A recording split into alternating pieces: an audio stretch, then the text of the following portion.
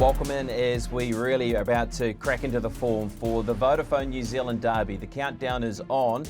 We're going to have a look at a little bit closely at some of the key lead-up races towards the Derby on Saturday. To help us try and break these races down, we're bringing in form expert and Luke Radich to help us through the Derby. I know, Luke, you love a New Zealand Derby. And what's your overall thoughts initially on how this Derby field stacks up for the weekend?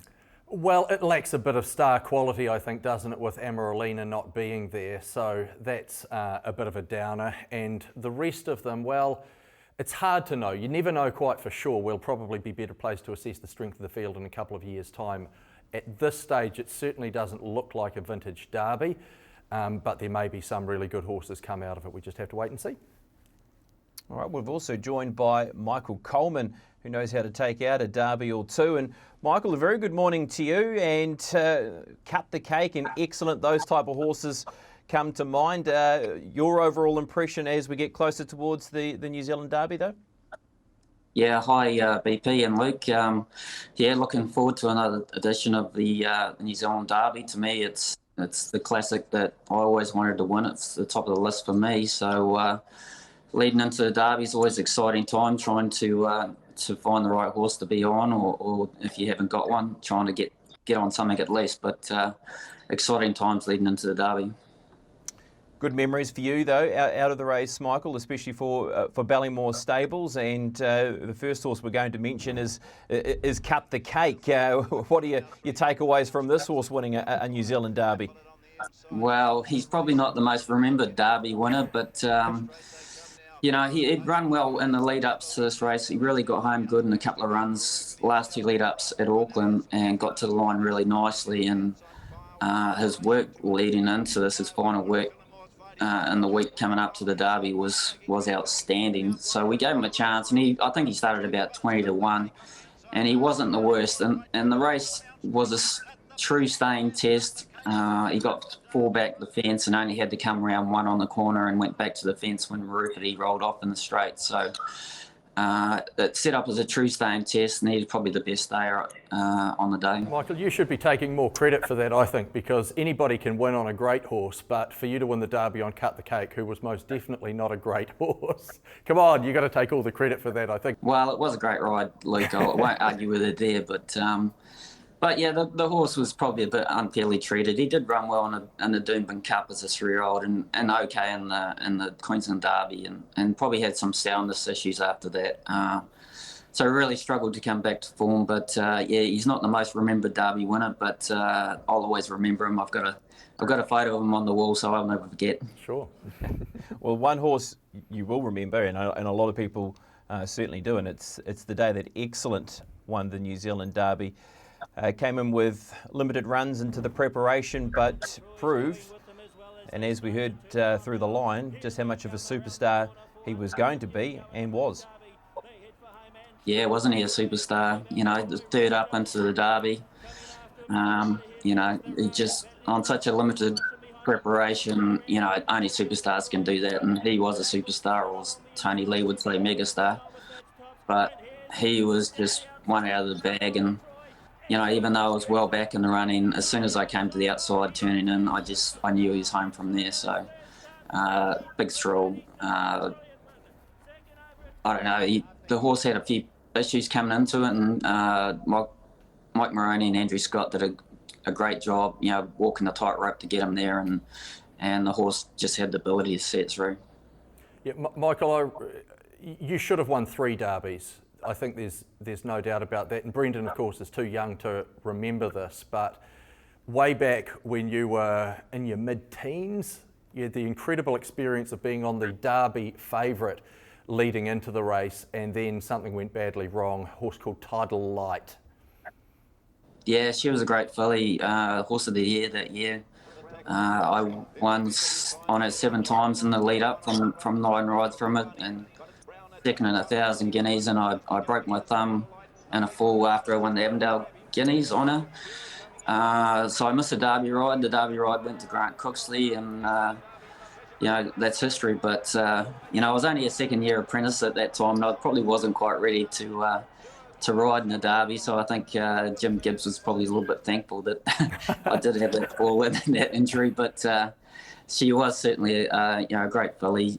She won the New Zealand after the Derby, won the Canterbury Guineas, was third in a Lion Brown sprint behind Courier Bay. So she was a great filly as a 3-year-old. But she was one out of the box, and she really kick-started my career. One thing about her that's amazing that I think a lot of people don't remember, Bone Crusher wins the Cox Plate in the spring of his 4-year-old season, and that was off the back of 2 Group 1 wins in Australia. Goes to Japan, gets sick, nearly dies, still comes back in the autumn and wins that Australia Cup, that memorable battle with Tidal Light. And he still wasn't Horse of the Year because Tidal Light was. And yet people don't sort of talk about her too much anymore. I think she's kind of in danger of being a little bit overlooked. But for me anyway, she was, until Sunline came along, the best 3-year-old filly I've ever seen. Well, it was a long time ago, Luke. It was like 34, 35 years ago, was it? Yeah. 1986 Derby, was it? Yeah. Yeah, 35 years ago. So it's, you got to have a good memory to get back that far. Well, we're not going to make it a Tidal Light show, Luke, as much as I know you're very keen to press on and keep talking about Tidal Light, but we're going to talk maybe things a little bit more current like this year, and we're going to touch on the Vodafone New Zealand Derby. We're going to have a look at some particular races for you shortly, but we want to bring Michael Coleman back in because one of the key factors around the race is so much talk about the track and Ellerslie itself. We hear so many trainers talk about wanting to have horses with experience around Ellerslie. So I want to come to you, Michael, about riding the 2400 metres and the track itself. Just how difficult is it for these young horses and very undulating as well, isn't it?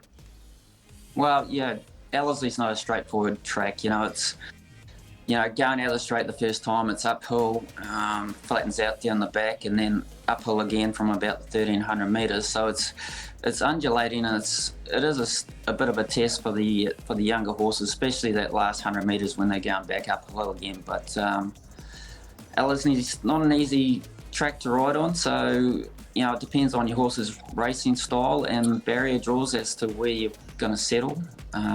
But for me, you'd love to be in the first 5 or 6 and take out a fair bit of the traffic. I do think for the Derby, your priority in finding the winner should be a stayer rather than a class horse. Obviously, there's a bit of balance of both, but it's a tough, and this is a great, some beautiful shots here. It does show it's a really testing track over the 2400 metres. And look, we saw it last year, didn't we, Brendan, with Sherwood Forest beating Too Illicit, who was obviously a classier horse than him. And it's happened numerous times through history. Look Who's Talking, beating Avedon, Cavalieri beating Viandacross. A tough, staying 3-year-old is what you want to find. Yeah, and that's the discussion so often, isn't it, Luke, around this race, around the brilliance of some of these horses that win over 1,600 metres and 2,000 metres leading towards the 2,400 metre test. And we so often talk about that unknown zone, isn't it, from horses that run over 2,100 metres 2 weeks ago to then try and get out to that extra 2,400 metres. And Michael, you spoke about the concluding stages of this race. This is where the acid test comes in now as we come home for the final 400 metres. Yes, well, talking about last year's Derby, it was a true run affair, good pace on all the way, and the track was a little bit off. And I think the best staying horse won on the day. There was a couple of very exhausted horses after the line. I think Too Illicit just found that trip under that hectic pace a little bit too much, and so did Dragon Leap, who was very exhausted after the line, and there was big margins between most of the field. So true staying test last year, and Sherwood Forest was the best stayer in the race. Had a great ride from Michael Walker, sitting in the 1-1 most of the way. So that's how it set up last year. Luke, I want to bring you in here because this is around the shape of the race, and just talk us through what you've been able to give us here in terms of detail around previous New Zealand derbies. Well, I think the point here is when you look at this is that and we said this when we previewed the race last year, and Jason Waddell on Dragon Leap certainly took it to heart, I think. You have to ride the race almost at times like the 200 metre line as the finishing post, and then just trust that your horse is tough enough to get there, because it's very, very hard to come from back in the field to win a derby. We saw Excellent did, you go back further, Popsy did, but it doesn't happen often. And part of the reason for that I think, and I hope you'll back me up here on this, Michael, is that so many of these horses just simply won't run 2,400 metres. It's not like a lot of other races where you can expect to be getting a drag up into the race from the 600 or 800 metre mark. Plenty of the field will be treading water by that stage, and so you might have to make your run alone rather than getting a track into it. Well, if it's a stacking race, well, you're probably not going to have horses coming back on you in the backwash at the 700-800 metres. And if it's a true staying test, you get horses that are not going to see the distance out and will be starting to lose ground at the 600. So, you go back and years go past, a horse like Zonda or a couple of others, they just take off at the 800 and get around the traffic that are coming out of it and just take bad luck out of play.